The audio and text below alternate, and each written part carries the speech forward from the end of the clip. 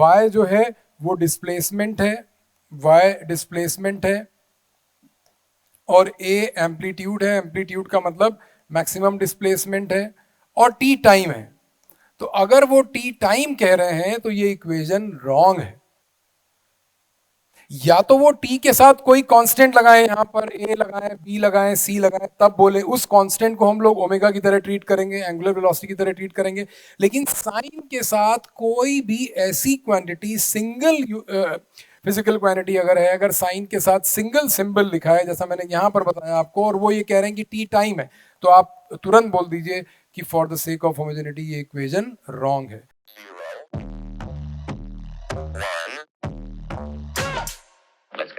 Dimensional analysis के 3 applications हैं जो हम लोग एक एक करके डिस्कस करेंगे, जिसमें से पहला एप्लीकेशन है to check the homogeneity of dimensions in an equation. इसका मतलब क्या होता है? इसका मतलब ये है कि सपोज ये एक इक्वेशन है v is equal to U plus A T. जैसा कि आप जान रहे हैं जो फेमस रिलेशन हमारा है v is equal to U plus A T, वो ये कहना चाहते हैं कि अगर किसी इक्वेशन में दो चीज़ों को हम ऐड कर रहे हैं, दो चीज़ों को ऐड कर रहे हैं का मतलब क्या है कि अगर कहीं ऐसा लिखा है कि x is equal to Y plus Z, ठीक बात है, या कहीं ऐसा लिखा है z is equal to a minus B, क्या चीज होमोजेनिटी होती है? इसका मतलब समझिए, वो ये कहना चाह रहे हैं कि as a matter of fact अगर हम दो फिजिकल क्वांटिटीज को ऐड कर रहे हैं, अगर हम दो फिजिकल क्वांटिटीज को ऐड कर रहे हैं, से दैट यहां पर हम लोगों ने y और z को x ऐड किया और हमको x मिला। हमेशा एडिशन और सब्ट्रैक्शन सेम फिजिकल क्वांटिटीज में होता है। इसका मतलब कि हम मास को मास के साथ ही ऐड कर सकते हैं, एक मास के साथ दूसरा मास ऐड कर सकते हैं। उन दोनों मासेस की अगर हम लोग इसका एग्जांपल यहाँ पर देखें तो अगर मान लीजिए कहीं पर ऐसा लिखा है कि m is equal to m1 plus m2 और m की वैल्यू है 20 किलोग्राम्स और m2 की वैल्यू है 3.3 मिलीग्राम्स, क्या हम इनको ऐड कर सकते हैं? बिल्कुल ऐड कर सकते हैं। ध्यान सिर्फ ये रखना होता है कि जब हम ऐड करेंगे तो इन दोनों का यूनिट सेम होना चाहिए। तो और अगर हम या तो हम केजी को एमजी में कन्वर्ट कर ले, किलोग्राम को मिलीग्राम में कन्वर्ट कर ले, या हम मिलीग्राम को किलोग्राम में कन्वर्ट कर ले, फिर दोनों को ऐड करें और जब हम उन दोनों मासेस को m1 m2 को ऐड करेंगे तो जिस फिजिकल क्वांटिटी, जिस यूनिट में हम उसको ऐड करेंगे, जिस यूनिट में m1 और m2 को लेंगे, सपोज हमने इन दोनों को केजी में लिया कि हमने इसको 3.3 इंटू 10⁻⁻⁶ से मल्टीप्लाई करके और फिर इसको केजी में कन्वर्ट कर दिया, तो जो m आएगा वो भी उसी यूनिट में आएगा। इसका मतलब कि अगर हम लोगों ने तो वो ये कहते हैं कि इसका जनरल फॉर्मेट ये है, जनरल फॉर्मेट ये है कि अब ये दोनों का m1 m2 का न्यूमेरिकल वैल्यू अलग हो सकता है, m1 m2 का यूनिट अलग हो सकता है, ये हम n1 u1 के साथ ऐड कर सकते हैं, ये हम n2 u2 के साथ ऐड कर सकते हैं, और फिर यहाँ पर जो आएगा वो n इंटू यू आएगा। वो ये कहना चाह रहे हैं कि अगर दो चीज़ों को ऐड कर रहे हैं, इसका मतलब यहाँ पर क्या है कि या हम दो चीज़ों को सब्ट्रैक्ट कर रहे हैं, तो इसका मतलब ये है कि जो a की यूनिट होगी वही b की यूनिट होगी और वही z की यूनिट होगी। इसका मतलब हम मास में से मास सब्ट्रैक्ट कर सकते हैं, वेलोसिटी में वेलोसिटी सब्ट्रैक्ट कर सकते हैं, एनर्जी में एनर्जी सब्ट्रैक्ट कर सकते हैं, लेकिन हम एनर्जी में वेलोसिटी सब्ट्रैक्ट नहीं कर सकते। हम मल्टीप्लिकेशन में, डिवीजन में कोई भी क्वांटिटीज ले सकते हैं। अगर वो ये कह रहे हैं कि force is equal to mass into acceleration है, तो इन दोनों क्वांटिटीज का बिल्कुल सेपरेट फिजिकल क्वांटिटीज जिनका कोई कहीं से कोई कनेक्शन नहीं है।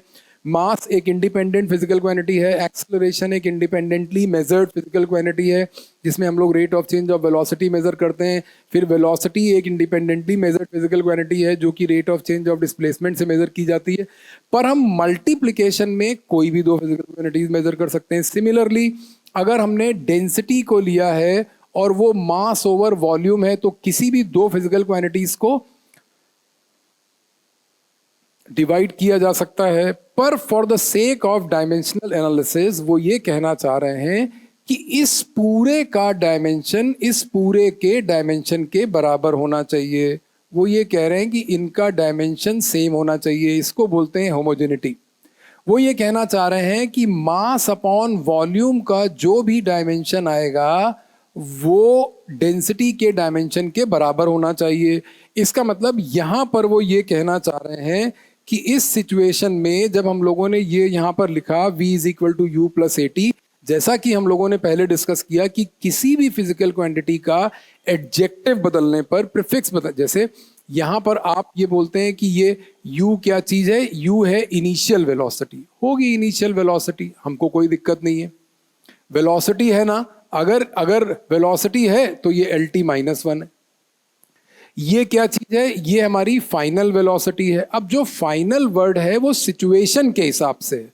सिचुएशन का मतलब क्या होता है, सिचुएशन का मतलब ये होता है कि हमने एक बॉडी का मोशन ऑब्जर्व किया, तो अभी अभी का मतलब किसी एक पर्टिकुलर इंस्टेंट ऑफ टाइम पर उसकी वेलोसिटी कुछ थी, और फिर थोड़ी देर बाद 4 सेकेंड 5 सेकेंड बाद वो इंटरवल ऑफ टाइम टी यहां पर आ जाएगा। फाइनल वेलोसिटी है तो वेलोसिटी ना, तो ये भी एल टी माइनस वन हो गया। अब वो ये कह रहे हैं कि यहां पर जब velocity is equal to velocity plus ये पूरी चीज वेलोसिटी होना चाहिए।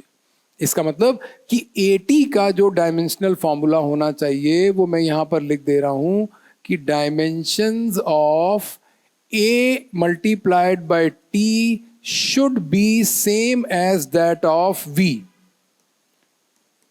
Same as that of v। जो v का डायमेंशनल फॉर्मूला है वही आना चाहिए, और आता भी है। देखिए कैसे, कि अगर ये एक्सेलरेशन है तो a का dimensional formula L T minus two, और t का डायमेंशनल फॉर्मूला t आ गया। तो जब ये t की पावर माइनस टू और t to the power one, इन दोनों को हम लोग जब मल्टीप्लाई करेंगे तो this will appear as, powers यहाँ पर ऐड हो जाएंगी, t क्योंकि इनका बेस सेम है तो ये पावर्स ऐड हो जाएंगी, minus two plus one is minus one. ये बात यहाँ पर कहना चाह रहे हैं। इससे हम लोग किसी इक्वेशन की होमोजेनिटी चेक कर सकते हैं। होमोजेनिटी का मतलब क्या होता है कि अगर मान लीजिए ये इक्वेशन ऐसा होता कि v is equal to U plus half A T square, अगर ऐसा इक्वेशन, तो वो ये बोलते हैं कि check the correctness of the equation, कि क्या ये इक्वेशन सही है। ये इक्वेशन अभी तो हमको दिख रहा है कि नहीं सही है। क्यों नहीं सही है, क्योंकि इसका डायमेंशनल फॉर्मूला आया, ये वेलोसिटी है, final velocity L T minus one, ये इनिशियल वेलोसिटी वेलोसिटी है L T minus one, acceleration आया हमारा एल टी माइनस टू और टाइम का स्क्वायर कर दिया, तो ये दोनों की पावर यहाँ से minus two plus two zero आ गई और ये एल आ गया। इसका मतलब हम ये बोलते हैं कि ये रॉन्ग इक्वेशन है। क्या है ये रॉन्ग इक्वेशन है। इसका मतलब without knowing the derivation of the equation, without knowing the other things for the sake of derivation of that particular equation, कि ये इक्वेशन कहाँ से आया, कैसे आया, किस सिचुएशन में आया, अगर हमको इन सारी फिजिकल क्वांटिटीज के बारे में जानकारी है तो हम उससे ये चेक कर सकते हैं कि जो इक्वेशन की पावर्स हैं वो ठीक हैं या नहीं है। जैसे वो ये कह रहे हैं कि ये वाला जो इक्वेशन है, ये वाला जो इक्वेशन है, ये वाला जो इक्वेशन है, ये जो x is equal to U T plus half A T square, x is equal to U T plus half A T square, आप देखिए इस इक्वेशन में x क्या चीज है, डिस्टेंस है। डिस्टेंस की यूनिट क्या होगी, मीटर होगी। मैं जानबूझ के यहाँ पर यूनिट लिख रहा हूँ पहले। और u multiplied by t, u क्या है, u है मीटर पर सेकेंड, और t क्या है, सेकेंड, तो सेकेंड टू सेकेंड कैंसिल हो गया, इसकी यूनिट भी मीटर आ गई। अब हमको हाफ ए टी स्क्वायर का डायमेंशनल फॉर्मूला देखना है, हाफ ए टी स्क्वायर के डायमेंशंस चेक करने। हाफ इज अ नंबर, इसका कोई भी डायमेंशनल फॉर्मूला नहीं होगा। ए क्या चीज है, ए है मीटर पर सेकेंड स्क्वायर, और टी क्या है, सेकेंड, तो ये सेकेंड का स्क्वायर, ये यहां से कैंसिल हो गया, ये क्या बच गया, ये बच गया मीटर। इसका मतलब x is equal to U T plus half A T square equation जो है that is a correct equation, dimensionally correct equation. Dimensional analysis के बहुत सारे ड्रॉबैक्स हैं, उन ड्रॉबैक्स को हम लोग धीरे धीरे अभी डिस्कस करेंगे। यहाँ पर देखिए कि क्या एक फैक्ट सामने आ रहा है। वो फैक्ट ये सामने आ रहा है कि हमारे पास दो तरीके के कांस्टेंट्स हैं, जैसे एक चीज होती है डायमेंशनल कांस्टेंट और एक चीज होती है डायमेंशनलेस कांस्टेंट। मैं यहाँ पर लिख दे रहा हूँ, ये है डायमेंशनल कांस्टेंट। इसका मतलब कि ऐसी फिजिकल क्वांटिटीज, इसका मतलब ऐसी फिजिकल क्वांटिटीज जो कि जिनका नंबर कांस्टेंट है लेकिन उनका डायमेंशंस है, मतलब they are existing in constant number. जैसे जैसे एग्जांपल है जी की वैल्यू है 6.67 इंटू 10⁻⁻11। ठीक है, तो ये क्या हुआ कि अगर तो ये इसका जो, लेकिन इसका डायमेंशन है, अभी हम लोगों ने निकाला था कि इस फॉर्मूला से FR²/m1 m2 से हम लोग जी का डायमेंशनल फॉर्मूला निकाल सकते हैं। जैसे प्लैंक्स कांस्टेंट है एच जो होता है प्लैंक्स कांस्टेंट होता है। प्लैंक्स कांस्टेंट की वैल्यू क्या होती है? प्लैंक्स कांस्टेंट की वैल्यू होती है 6.64 इंटू 10⁻⁻34। ये हमारा प्लैंक्स कांस्टेंट है, लेकिन कांस्टेंट भी है और इसका यूनिट भी है, डायमेंशनल फॉर्मूला भी है।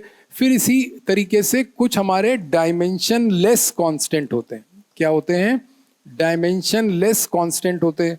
डायमेंशन लेस कांस्टेंट क्या है? डायमेंशन लेस कांस्टेंट है पाई की वैल्यू 3.14 है और पाई का कोई डायमेंशनल फॉर्मूला नहीं है। इसी तरीके से हम लोग को यहाँ पर, ये मैंने इसलिए बताया क्योंकि अगर कहीं पर ऐसा नंबर आ जाएगा तो उससे हम लोग चेक करते हैं। एक और सिचुएशन देख लीजिए। एक सिचुएशन वो ऐसी देते हैं कि x is a equation where a plus B T plus C T square. बहुत ही पॉपुलर क्वेश्चन है ये। इक्वेशन की होमोजेनिटी, जो ये हमारा आर्टिकल था, homogeneity of dimension in an equation. इसका मतलब कि डायमेंशनल एनालिसिस के बेसिस पर हम होमोजेनिटी ऑफ इक्वेशन कैसे सेट कर सकते हैं, कैसे चेक कर सकते हैं कि इक्वेशन करेक्ट है या नहीं करेक्ट है। और फिर या इक्वेशन में अगर कोई मिस्टेक है तो वो मिस्टेक हम कभी कभी प्रिडिक्ट भी कर सकते हैं। अभी हम लोग देखते हैं कैसे करेंगे। यहाँ पर वो ये कहते हैं कि ये जो ए बी सी हैं ये 3 कॉन्स्टेंट्स हैं और ये जो कांस्टेंट है ये डायमेंशनल कांस्टेंट है। इसका मतलब कि इनका कुछ डायमेंशनल फॉर्मूला होगा। तो वो आपसे ये पूछते हैं कि ए बी सी का डायमेंशनल फॉर्मूला बताइए। तो हम ए बी सी का डायमेंशनल फॉर्मूला बता देते अगर आप हमको एक्स और टी का डायमेंशनल फॉर्मूला बता देते। तो वो डायरेक्ट नहीं बताते हैं और ये कह देते हैं कि भाई एक्स जो है वो डिस्टेंस है। चलिए मान लिया कि एक्स डिस्टेंस है और टी टाइम है, तो ठीक बात है। अगर x डिस्टेंस है इसका मतलब लेफ्ट हैंड साइड का जो डायमेंशनल फॉर्मूला होगा, लेफ्ट हैंड साइड का जो डायमेंशनल फॉर्मूला होगा वो L आ जाएगा। क्यों? क्योंकि x डिस्टेंस है।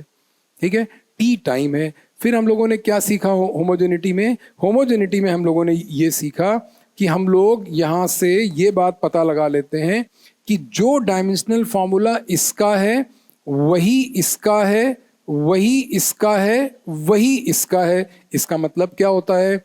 इसका मतलब ये होता है कि अगर हमको इस इक्वेशन को चेक करना है, ध्यान से देखिए, तो हम ऐसा सीधे सीधे हम लोग ऐसा लिख देंगे कि डायमेंशंस ऑफ, ध्यान से देखिए, dimensions of x is equal to dimensions of a is equal to dimensions of B T is equal to dimensions of C T square.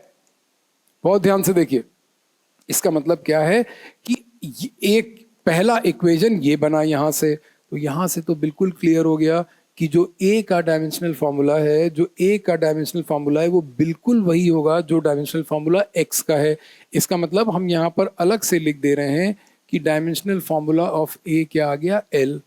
ठीक है, दूसरा हम फिर इसको इससे इक्वेट करते हैं। तो जब हम इसको इक्वेट करेंगे तो ये आएगा कि dimensions of B multiplied by T is equal to L, क्योंकि ये डायमेंशन ऑफ एक्स है।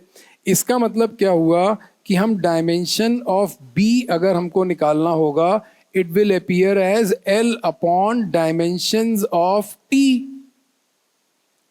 इसका मतलब कि डायमेंशंस ऑफ बी क्या आ गई? डायमेंशंस ऑफ बी आ गई L upon T, that is L T minus 1। इसका मतलब हम लोगों ने बी का डायमेंशनल फॉर्मूला यहां लिख दिया, ये आ गया एल टी माइनस 1। ठीक है। फिर क्या हुआ कि अब ये कह रहे हैं कि हमको डायमेंशनल फॉर्मूला C का निकालना है, तो फिर से इसका मतलब कि इसका डायमेंशनल फॉर्मूला क्या आया L, इसका डायमेंशनल फॉर्मूला क्या आया L, इसका डायमेंशनल फॉर्मूला क्या आया B मल्टीप्लाइड बाय, इसका मतलब dimension of B multiplied by dimensions of T has to be the dimension of distance that is L। इसका मतलब कि इस पूरे का डायमेंशन वही होगा जो इसका डायमेंशन है। इसका तो ये तो एक सिंगल क्वांटिटी है, तो dimension of x is equal to dimension of a कर दिया। फिर जब हम लोग डायमेंशन ऑफ ct करेंगे तो आप फिर से चाहें तो इसको अगर हम इक्वेट करें तो इसको इक्वेट करने पे आएगा ऐसा कि dimensions of c multiplied by dimensions of t square is equal to dimensions of x। ये इक्वेशन था। इसका मतलब क्या हुआ कि हम ये बोल देंगे कि dimensions of c is equal to dimensions of x divided by dimensions of t square। ठीक बात है। इसका मतलब डायमेंशन ऑफ c क्या आ गया, x का डायमेंशनल फॉर्मूला क्या था l और t का डायमेंशनल फॉर्मूला क्या था टाइम का स्क्वायर, ये आ गया lt माइनस 2। तो c का डायमेंशनल फॉर्मूला हम लोगों ने यहाँ पर लिख दिया lt माइनस 2। ये 3 हमारे आंसर। ठीक है।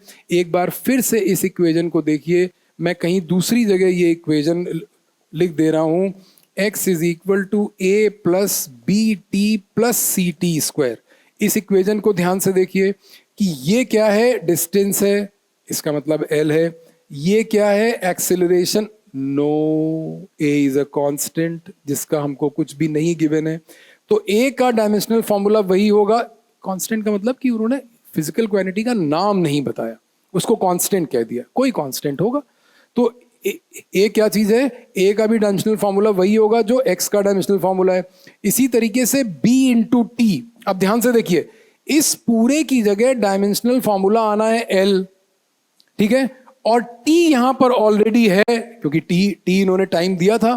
कहां दिया था, ये टी इन्होंने टाइम दिया था। तो हम क्या करते हैं कि हम बी को एल टी माइनस 1, क्योंकि एल, जब हम इसको यहां से ऐसे देखना सीखिए कि एक टी है और हमको एल लाना है, तो एक l होगा और एक t माइनस 1 होगा, तो ये t की पावर माइनस 1 और प्लस 1 कैंसिल होके l बचेगा। इसी तरीके से सी टी स्क्वायर था।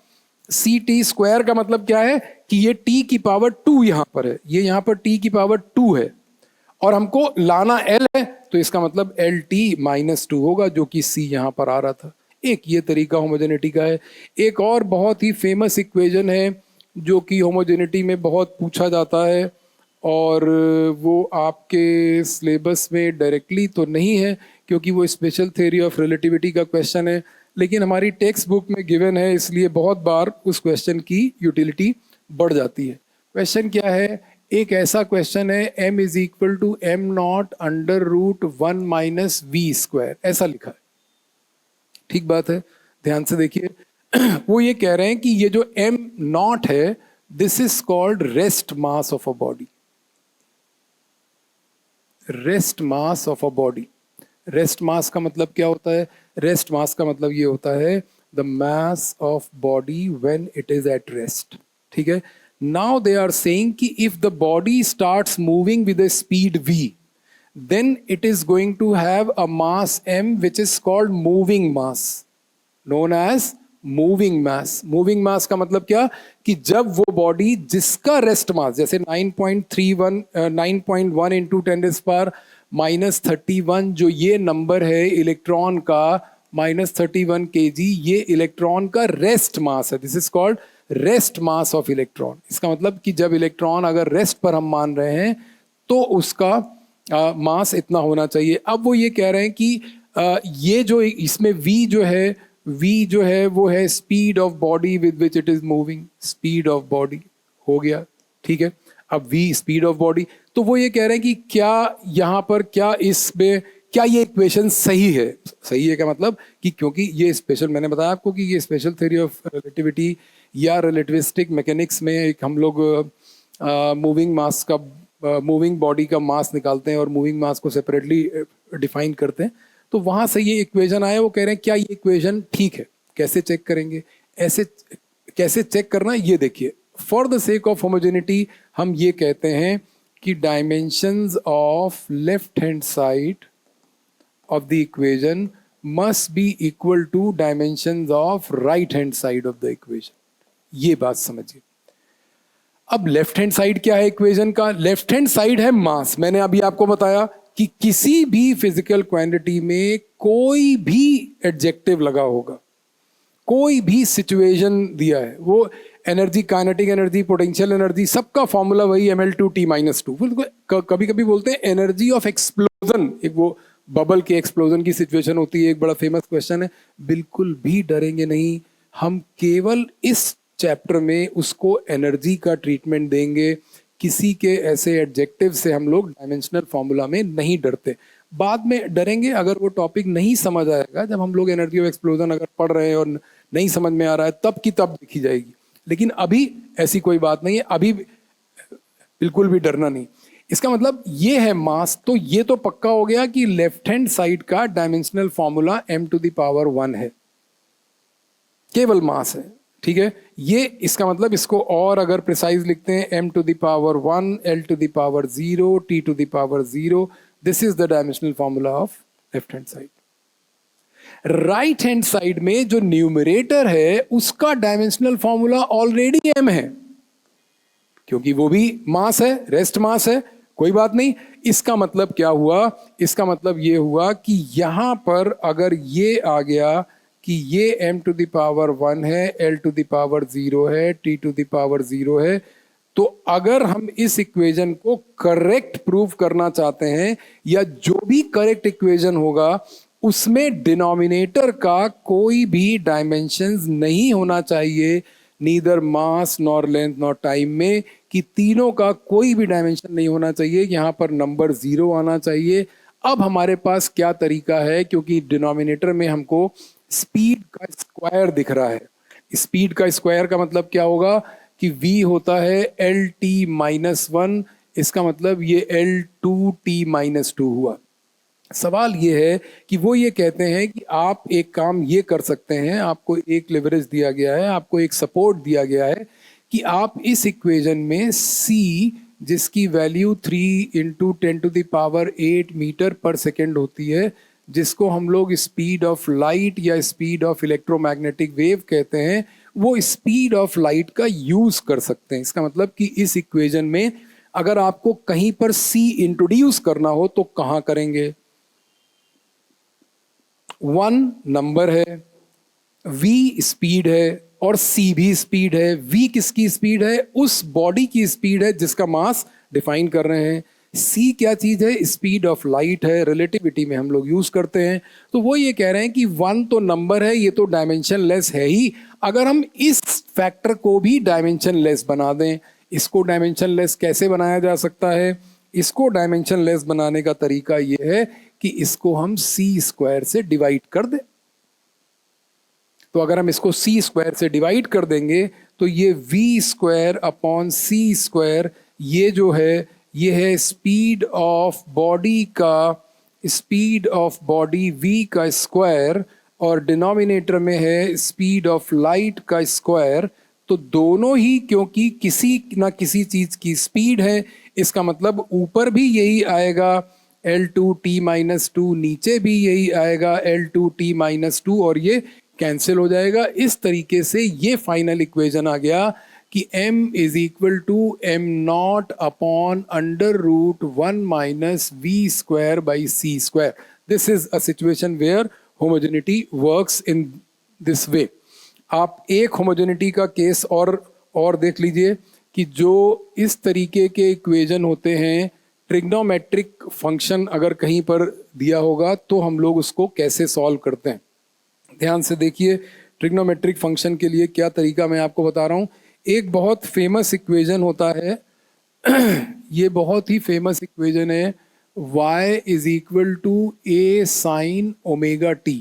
ठीक है, अब यहाँ पर सिचुएशन दी हुई है. सिचुएशन क्या है? सिचुएशन, और ये जिन लोगों ने, जो मैंने बताया कि अगर आप अभी 10th से आए हैं, 10th पास करके आए हैं, या अभी आपने ये सब नहीं पढ़ा है, अगर आप क्लास 12th में हैं और ये टॉपिक पढ़ रहे हैं, या आप किसी कॉम्पिटिटिव एग्जाम के लिए पढ़ रहे हैं, then it's very fine, you know it कि ये क्या है और ये कहाँ पर यूज होता है? ये ऑसिलेशन ऑफ अ पार्टिकल का इक्वेशन है, जहाँ पर y डिस्प्लेसमेंट है। क्या है? Displacement of a particle at any instant t।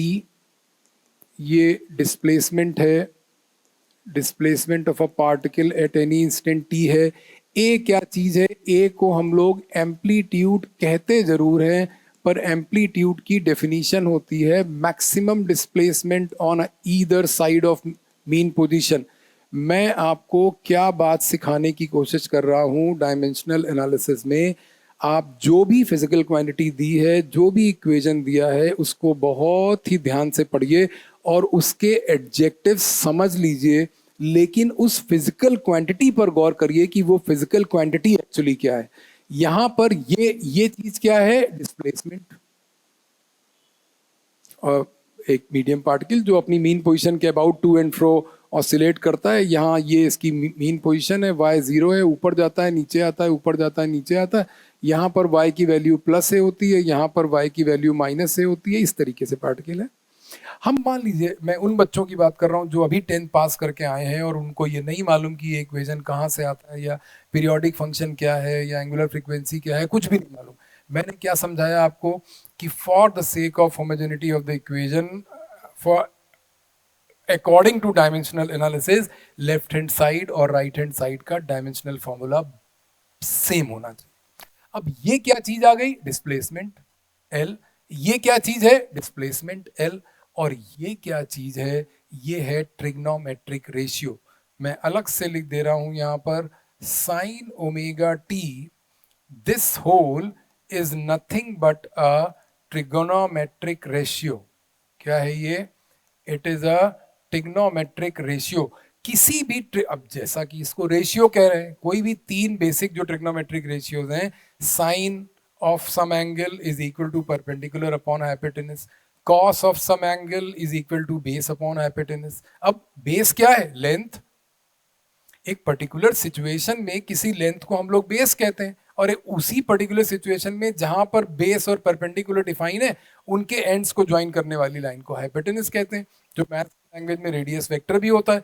But ultimately वो परपेंडिकुलर अपॉन बेस, या परपेंडिकुलर अपॉन हाइपोटेनस, या base upon hypotenuse, length upon length है, रेशियो है।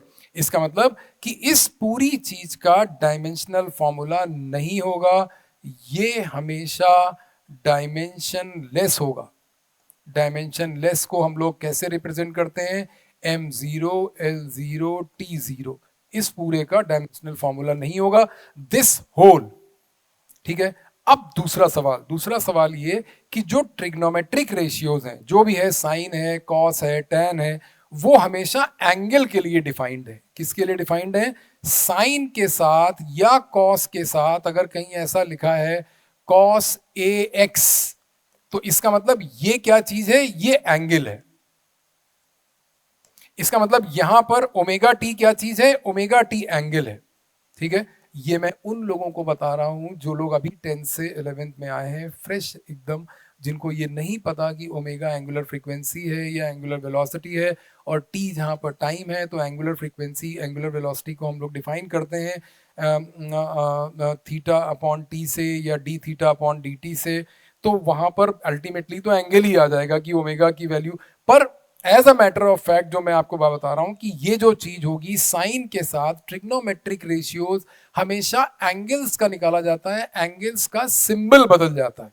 आप याद करिए, आपने जब ट्रिग्नोमेट्री पढ़ी तो वो कहीं पर कहते थे sine A plus sine B, कहते थे। कहीं पर वो ये कहते हैं कि sine C plus sine D, कहते हैं, ठीक बात है। कहीं कहते हैं साइन थीटा, कहीं कहते हैं साइन अल्फा, कहीं कहते हैं साइन एक्स। ठीक है। इसका मतलब क्या है कि जो भी साइन के साथ लिखा है, A B C D theta alpha X beta, कुछ भी है, वो सब एंगल है। वो एंगल के लिए अलग अलग सिंबल यूज कर रहे हैं, बिल्कुल भी घबराएंगे नहीं। तो जो भी एंगल होता है, अभी थोड़ी देर पहले मैंने आपको एंगल की बेसिक डेफिनेशन बताई थी, थोड़ी देर पहले मैंने आपको एंगल की बेसिक डेफिनेशन बताई थी, याद आ रहा है आपको? क्या बताया था? एंगल की बेसिक डेफिनेशन थी, angle is equal to arc over radius. फिर से वही बात आ गई कि आर्क क्या चीज है, लेंथ मीटर, रेडियस क्या चीज है, लेंथ मीटर। इसका मतलब एंगल भी डायमेंशन लेस होगा। समझ में आ रही है बात? इसका मतलब ये पूरी चीज omega multiplied by T, this again has to be m0 l0 t0। तो अगर कोई आपसे ये कहे कि डायमेंशन ऑफ ओमेगा निकालिए, तो डायमेंशन ऑफ ओमेगा क्या आ जाएगा, ध्यान से देखिए। Dimension of omega is equal to m0 l0 t0 divided by dimensions of t, क्योंकि t इसके साथ मल्टीप्लाइड था, तो ये क्या आ जाएगा, m0 l0 t minus one. तो ओमेगा का डायमेंशनल फॉर्मूला t-1 और t का t, फिर से ये डायमेंशन लेस हो गया। इस तरीके से वो होमोजेनिटी चेक करते हैं। कभी आपको साइन के साथ ओमेगा नहीं देंगे, केवल टी दे देंगे और वो कह दें कि टी टी टाइम है। इसका मतलब अगर वो ये कहते हैं कि ये इक्वेशन ऐसा है, y is equal to A sine T, और ध्यान से देखिए, और वो ये कह रहे हैं कि y जो है वो डिस्प्लेसमेंट है, y डिस्प्लेसमेंट है और a एम्पलीट्यूड है, एम्पलीट्यूड का मतलब मैक्सिमम डिस्प्लेसमेंट है, और t टाइम है। तो अगर वो टी टाइम कह रहे हैं तो ये इक्वेशन रॉन्ग है। या तो वो टी के साथ कोई कांस्टेंट लगाएं, यहां पर ए लगाएं, बी लगाएं, सी लगाएं, तब बोले उस कांस्टेंट को हम लोग ओमेगा की तरह ट्रीट करेंगे, एंगुलर वेलोसिटी की तरह ट्रीट करेंगे। लेकिन साइन के साथ कोई भी ऐसी क्वांटिटी, सिंगल फिजिकल क्वांटिटी अगर है, अगर साइन के साथ सिंगल सिंबल लिखा है, जैसा मैंने यहां पर बताया आपको, और वो ये कह रहे हैं कि टी टाइम है, तो आप तुरंत बोल दीजिए कि for the sake of homogeneity ये इक्वेशन रॉन्ग है। ठीक है, तो ये इसका पहला एप्लीकेशन था जिसमें हम लोग इक्वेशन होमोजेनिटी चेक करते हैं, जबकि ये एकमात्र नहीं है। इसके बाद हमारा जो दूसरा एप्लीकेशन है, डायमेंशनल एनालिसिस का, वो है कन्वर्जन ऑफ यूनिट। मैंने आपको बताया कन्वर्जन ऑफ यूनिट का मतलब क्या होता है। कन्वर्जन ऑफ यूनिट यहां से चेक होता है कि कोई एक फिजिकल क्वांटिटी जो है वो n1 u1 is equal to n2 u2 होता है। ये इसका प्रिंसिपल है। ठीक है, इस प्रिंसिपल को ध्यान से देखिए, समझने की कोशिश करिए, और नहीं समझ में आएगा तो मैं आपको बता रहा हूं, जैसा मैंने आपको सिंपल एग्जांपल दिया था कि अगर अगर कोई एक लेंथ है, ठीक है, और वो लेंथ 1 मीटर है, तो 1 metre of length will have hundreds of centimetres. ये बात समझिए, ये n1 है, ये n2 है, ये यूनिट है मीटर और ये यूनिट है। यूनिट चेंज होने पर नंबर चेंज हो जाएगा। ठीक है, और जैसा कि आपने सुना है, यहाँ पर कन्वर्जन ऑफ यूनिट में एक चीज बहुत काम आती है। एक चीज होती है MKS सिस्टम, एक होती है CGS सिस्टम, एक होती है FPS सिस्टम। ठीक है, ये सिस्टम्स ऑफ यूनिट है। जब हम लोग एक यूनिट का हम लोगों ने सिस्टम बना रखा है, कुछ कंट्रीज में अभी भी FPS चलता है, फुट पाउंड। इसका मतलब कि इसमें पहली जो यूनिट है उसका नाम होता है मीटर, और दूसरी जो यूनिट है उसका नाम होता है किलोग्राम, और तीसरी जो यूनिट है उसका नाम होता है सेकंड। इन लोगों ने इतना एहसान किया है हम लोगों पे कि ये ऑर्डर नहीं बदला। इसका मतलब ऑर्डर नहीं बदला का मतलब कि ये तीनों यूनिट ऑफ लेंथ हैं, मीटर, और यहां पर आ गया centimetre. C stands for centimetre, F stands for foot, ठीक है, फुट, वही फुट, और G stands for gram here, gram, which is 1/1000, 1000 part of this kilogram. और टाइम की यूनिट पर भी इन्होंने एहसान कायम रखा है। यहाँ पर ये फुट है, और ये पाउंड है, और ये सेकंड है। इसका मतलब कि ये तीन अलग अलग पॉपुलर सिस्टम है। इसके अलावा जो चौथा सिस्टम है वो वही वाला हमारा SI, जो मैंने शुरू में आपको बताया था कि ये इंटरनेशनल सिस्टम ऑफ यूनिट होता है। ज्यादातर जो यूनिट्स नेम ऑफ साइंटिस्ट पर हैं वो सारी SI सिस्टम के बेसिस पे हैं। करंट का एम्पियर, पावर का वॉट, वर्क डन का, एनर्जी का जूल, और चार्ज का फेराड, और इस तरीके से बहुत सारे SI सिस्टम पर बेस्ड है। ये इसका जो एग्जाम्पल है, इसका जो एक फेमस एग्जाम्पल है वो आप यहाँ पर समझ लीजिए। वो ये कहते हैं कि मान लीजिए एक फिजिकल क्वांटिटी है और वो है फोर्स। ध्यान से देखिए, और फोर्स को इन्होंने न्यूटन में रिप्रेजेंट किया और ये कहा कि ये इतने न्यूटन है, 1 न्यूटन। तो ये जानना चाहते हैं कि 1 newton is how many dynes. What is dynes then? ध्यान से देखिए, वो ये कह रहे हैं, वो ये कहना चाह रहे हैं कि जो न्यूटन होता है, ध्यान से सुनिए, न्यूटन जो होता है दैट इज MKS इक्विवेलेंट। इसका मतलब क्या है, मैं 1 मिनट में आपको समझा रहा हूं। MKS इक्विवेलेंट, और जो डायन है दैट इज CGS इक्विवेलेंट। इसका मतलब ध्यान से देखिए क्या मतलब है इसका। वो ये कह रहे हैं कि 1 न्यूटन, ठीक है, 1 न्यूटन फोर्स का डायमेंशनल फॉर्मूला MLT-2, ये क्या होगा, kg ML T, यही तो था डायमेंशनल फॉर्मूला, क्या था, MLT-2, m⁻1 kg⁻1, लेंथ⁻1 मीटर⁻1। पर वो ये कहना चाह रहे हैं कि अगर हम यहां पर kg की जगह ग्राम लिख दें, मीटर की जगह सेंटीमीटर लिख दें और सेकंड की जगह सेकंड ही लिखा रहने दें, तो क्या पावर्स बदलेंगी? नहीं, क्योंकि डायमेंशंस किसी भी फिजिकल क्वांटिटी की आत्मा है और आत्मा नहीं बदलती। रासायनिक क्रियाएं बदलती हैं, भौतिक क्रियाएं बदलती हैं, लेकिन आत्मा नहीं बदलती। ये ग्राम की पावर भी 1 होगी, सेंटीमीटर की पावर भी 1 होगी और सेकंड की पावर भी वही होगी। तो इसका मतलब ये चीज हो गई 1 डाइन। ठीक बात है।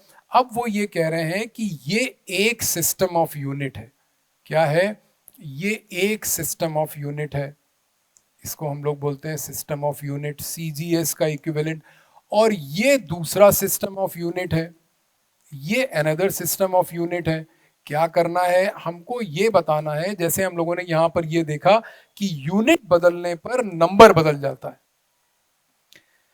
मीटर सेंटीमीटर में अगर आएगा, कोई एक लेंथ है, उसको अगर हम मीटर में मेजर कर रहे हैं and the number corresponding to the particular length given is 1, that is 1 meter, that length is equal to 1 meter, then it will be equivalent to hundreds of centimeter। ये मतलब है कि जो अगर हम उसी लेंथ को सेंटीमीटर के स्केल पर मेजर करेंगे तो उसका नंबर जो आएगा फिजिकल क्वांटिटी का वो 100 आएगा। ये जानना चाह रहे हैं कि अगर फोर्स को हम न्यूटन में मेजर कर रहे हैं और नंबर 1 है, तो डाइन में मेजर करने पर नंबर कितना आएगा। लेट्स सी हम इसको कैसे करते हैं। Principle works is N1U1 is equal to N2U2। यहां पर यूनिट के बजाय हम इसको सिस्टम ऑफ यूनिट मान लेते हैं। यहां पर हमने लिखा नंबर 1 और ये लिखा MLT-2। यहां पर इस नंबर की वैल्यू हमको निकालनी है, ये आ गया MLT-2। ठीक बात है, अभी तक वेरी गुड है। अंतर क्या है दोनों में कि इस सिस्टम को हम लोग फर्स्ट सिस्टम मान लेते हैं और इसको सेकेंड सिस्टम मान लेते हैं। क्या नहीं बदला? पावर नहीं बदली, यहां भी 1 है, यहां भी 1 है, लेंथ की यहां भी 1 है, यहां भी 1 है, टाइम की यहां भी -2 है, यहां भी -2 है। इन दोनों में अंतर क्या होगा? इन दोनों में अंतर ये होगा कि T1 सेकेंड में है और T2 भी सेकेंड में है। L1 क्या होगा? लेंथ यहां पर मीटर में होगी और यहां पर सेंटीमीटर में, यहां पर मास केजी में और यहां पर, ऑलराइट। हमको N2 निकालना है। क्यों ना हम N2 के लिए इक्वेशन सेट कर लें। 1 यहां पर लिखा, बहुत ध्यान से देखिए, m1 upon m2 to the power 1, L1 upon L2 to the power 1, T1 upon T2 to the power -2। ठीक है, ये आ गया इक्वल टू N2। बहुत ध्यान से देखिएगा, ये नंबर 1 N1 यहां पर लिखा हुआ था। M1 is length unit of mass in system 1। System 1 में, सिस्टम 1 क्या था? MKS था। तो MKS में मास क्या चीज होती है? K। तो ये आ गया किलोग्राम। ठीक है, M2 क्या है? Unit of mass in system 2। ये क्या है? ग्राम है। पावर क्या है? 1। लेंथ यहां पर क्या है? मीटर है। यहां पर क्या है? सेंटीमीटर है। पावर क्या है? 1। यहां पर टाइम की यूनिट सेकंड है, यहां पर भी सेकंड है। पावर क्या है? -2। अब बहुत ध्यान से देखिए, एक ट्रिक है। वैसे टेक्निकली भी सही है। टेक्निकली क्या है कि हम लोगों ने ये जितना समझा उसमें ये समझा कि n2 in any case will be a number, क्योंकि यूनिट उसके साथ एसोसिएटेड है। उसी यूनिट को हम लोगों ने ब्रेक करके यहाँ पर, क्योंकि फोर्स था इसलिए हम लोगों ने mlt-2 लिख दिया। अगर एनर्जी होती तो ml2t-2 लिखते, वेलोसिटी होती तो lt माइनस, अभी अभी मैं आपको वेलोसिटी भी करके दिखाऊंगा। तो मैं ये कहना चाह रहा हूं कि n2, अगर हम लोग n2 कैलकुलेट कर रहे हैं, if we are interested in finding the value of n2, then n2 is going to be just a number. इसका मतलब लेफ्ट हैंड साइड में कोई यूनिट नहीं आना चाहिए। इस इक्वेशन में लेफ्ट हैंड साइड में कोई यूनिट नहीं आना चाहिए। और यूनिट कैसे नहीं आएगा? या तो इसको केजी करो, या तो इसको ग्राम करो, कैंसिल हो जाएगा।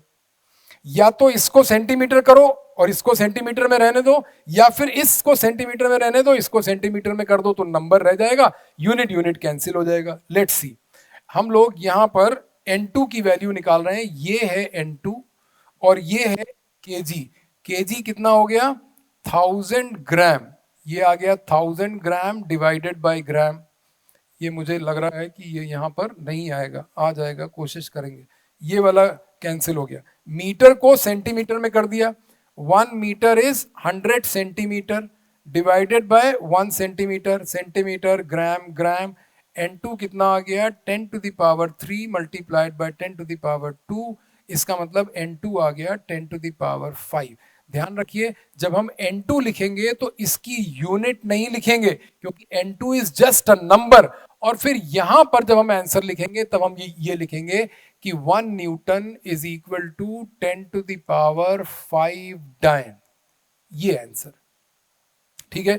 इसी को अगर हम लोग एनर्जी वाले फॉर्म में करें, पहले मैं आपको एक वेलोसिटी कन्वर्ट करके दिखा दे रहा हूं। वेलोसिटी वाला कन्वर्जन सीख लीजिए, जो आपने जूनियर क्लासेस में 5/18 करके आप मल्टीप्लाई करते थे, उसको यहाँ पर पहले उसका जस्टिफिकेशन देख लेते हैं।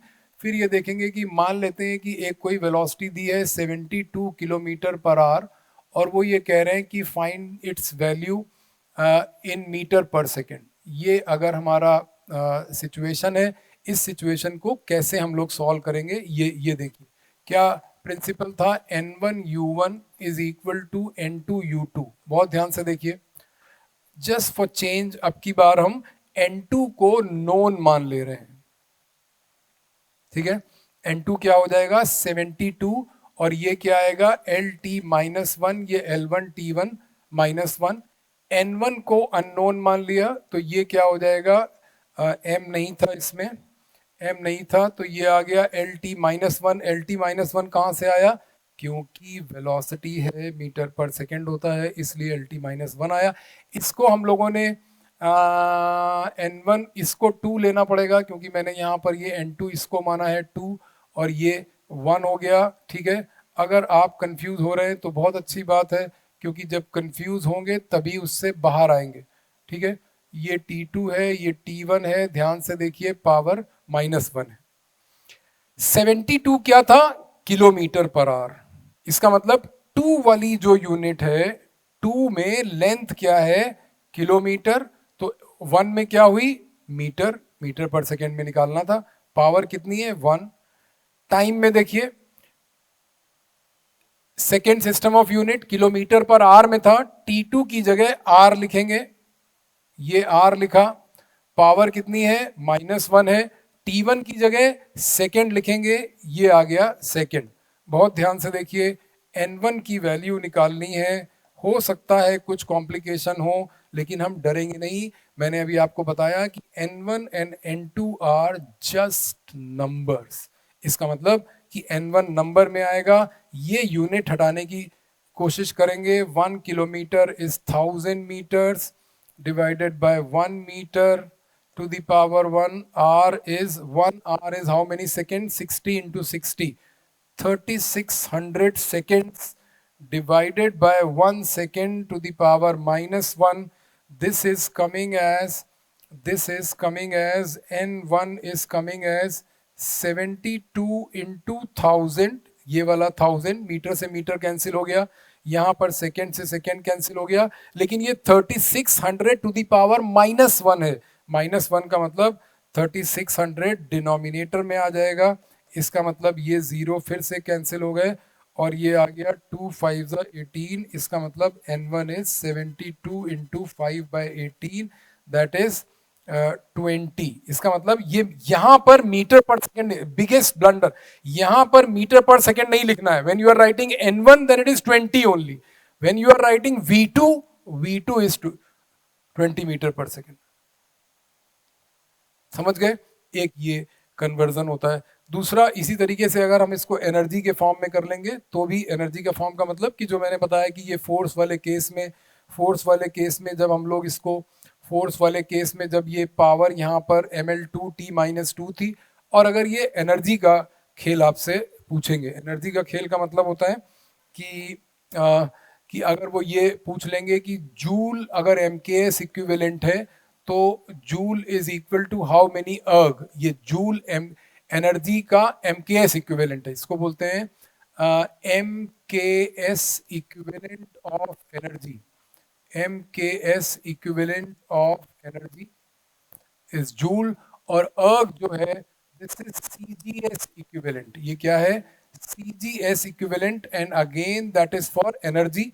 तो जब mks इक्विवेलेंट होगा तो यहाँ पर हम लोग इसका डायमेंशनल फॉर्मूला ml2t-2 और ये n2 हो जाएगा, ये ml2t-2 और ये हो जाएगा 1।